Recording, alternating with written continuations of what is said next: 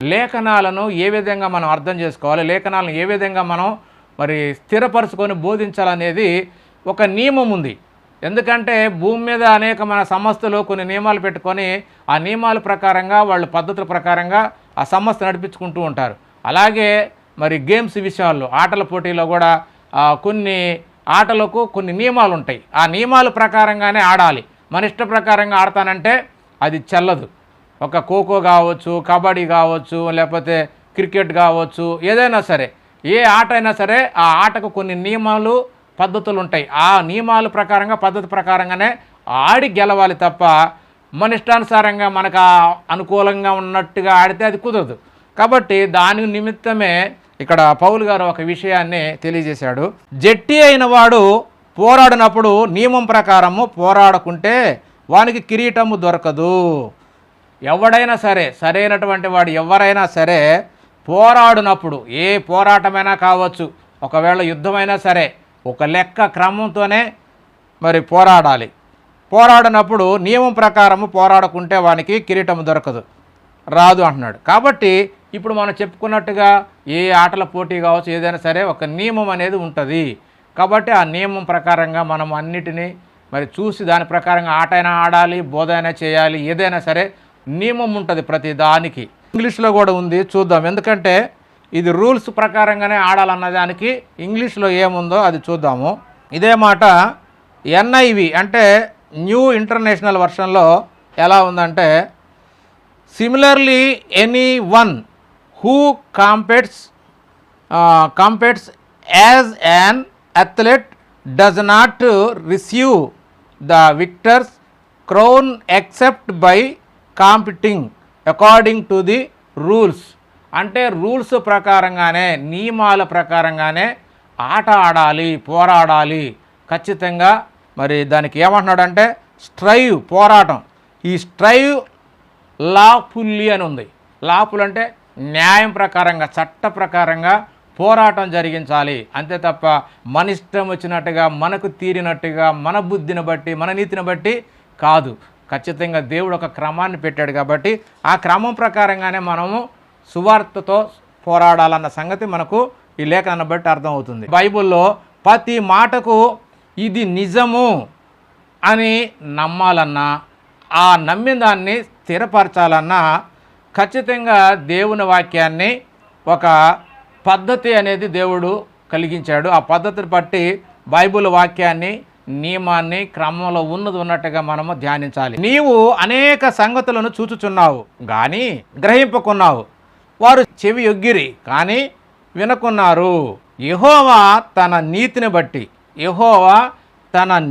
బట్టి సంతోషము గలవాడై ఉపదేశ క్రమం ఒకటి ఘనపరిచి గొప్ప చేశాను. ఉపదేశ క్రమం ఒకటి ఘనపరిచి గొప్ప చేశాను అంటే దేవుడు తాను చెప్పాలనుకున్నటువంటిది మానవుల కోసం ఆయన ఏర్పాటు చేసినటువంటి సంకల్పం మొత్తం కూడా ఒక క్రమముగా మనకు వివరించాలని ఒక క్రమ పద్ధతిని ఆయనే ఏర్పాటు చేశాడు.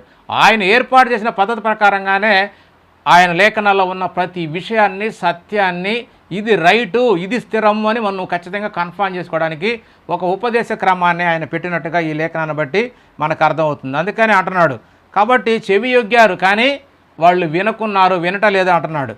కానీ చూచుచున్నారు కానీ శ్రద్ధతో చూడలేదు, క్లియర్గా బాగా అంటే మనస్ఫూర్తిగా పూర్తిగా చూడలేదు అనేది ఇక్కడ ఈ లేఖనాన్ని బట్టి మనకు అర్థమవుతుంది. పౌలు గారు కూడా రోమీయులకు రాసిన పత్రికలో ఒక మాట తెలియజేశాడు. ఆ మాటను, మీరు పాపమునకు దాసులై ఉంటిరి కానీ ఏ ఉపదేశ క్రమమునకు మీరు అప్పగింపబడితిరో, ఏ ఉపదేశ క్రమమునకు మీరు అప్పగింపబడితిరో దానికి హృదయపూర్వకముగా లోబడి ఉండాలి అన్న సంగతి ఇక్కడ. అంటే ఏ ఉపదేశం అంటే దేవుడు చెప్పినటువంటి నియమాలు, పద్ధతులు, క్రమము, ఏ విధంగా అయితే బాప్తిసం తీసుకోవాలి, ఏ విధంగా దేవుని ఆరాధించాలి, ఏ విధంగా లేఖనాలు అర్థం చేసుకోవాలి, దేన్ని స్థిరపరిచి ఎలా, అన్ని విషయాల్లో ఉపదేశ క్రమం అనేది బైబిల్లో ఒకటి ఉంది. కాబట్టి దాని ప్రకారంగా మనము మరి ఆలోచించాలన్న సంగతి ఇక్కడ దేవుడు మనకి పౌలు గారి ద్వారా తెలియజేస్తున్నాడు. బైబిల్ మొత్తం అర్థం కావాలంటే ఖచ్చితంగా మరి సత్యాన్ని స్థిరపరచాలంటే మరి హెచ్చరికలు ఖచ్చితంగా మనము చూడాల్సిందే. మరొక హెచ్చరిక తిమోతి గారి ద్వారా తెలియజేశాడు, ఆ మాట కూడా చూద్దాము. 2 లేక 3 సాక్షులు ఉంటేనే కానీ పెద్ద మీద దోషారోపణ అంగీకరింపకము అంటున్నాడు. పెద్ద మీద దోషారోపణ అంగీకరింపకము అంటే ఖచ్చితంగా ఒక వ్యక్తిని దోషి అని చెప్పాలన్నా, నిర్దోషి అని చెప్పాలన్నా, ఒక విషయము రైట్ అని కానీ ఇది లేకపోతే రాంగ్ అని చెప్పాలన్నా ఖచ్చితంగా బైబుల్ నియమం ప్రకారం, ధర్మశాస్త్రం నియమం ప్రకారం 2 లేక 3 సాక్షులు ఉండాలి.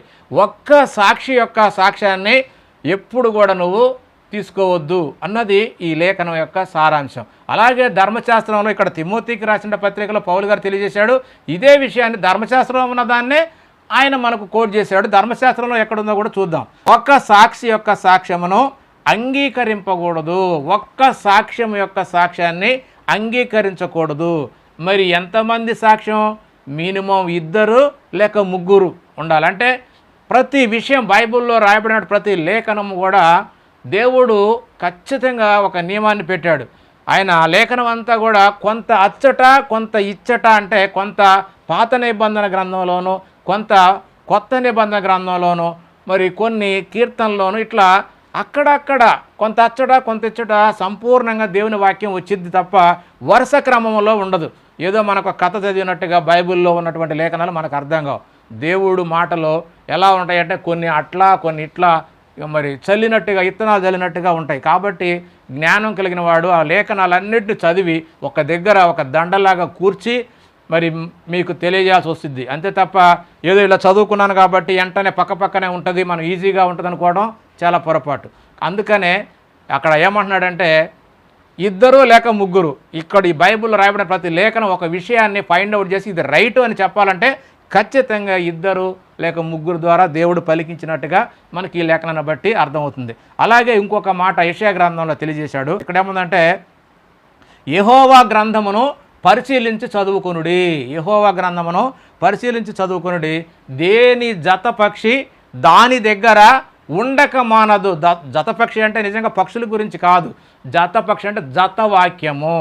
ఒక చోట దేవుడు చెప్పినటువంటి వాక్యానికి ఈ వాక్యం చాలా ఇంపార్టెంటు, ఇది విశ్వాసానికి మూలమైనదైతే దీనికి సంబంధించినటువంటి వాక్యము మరొక చోట దానికి సాక్షిగా దేవుడు 2వ, 3వసారి కూడా పలికించి రాయించిన మాటలు ఉంటాయి. కాబట్టి బైబిల్ని అర్థం చేసుకోవాలంటే ఖచ్చితంగా 2 లేక 3 సాక్ష్యాలు ఖచ్చితంగా బైబిల్లో ఉంటాయి. దీనికి సిమిలారిటీ చక్కగా దీనికి సమానమైనటువంటి భావంతో సమానమైనటువంటి వాక్యము మరొక చోట మరొక వ్యక్తి ద్వారా, వాళ్ళు ప్రవక్తలు కానీ అపోస్తులు కానీ క్రీస్తు కానీ ఎవరైనా సరే వీళ్ళ ద్వారా మరొక చోట దీనికి సాక్ష్యంగా పలికి ఉండాలి.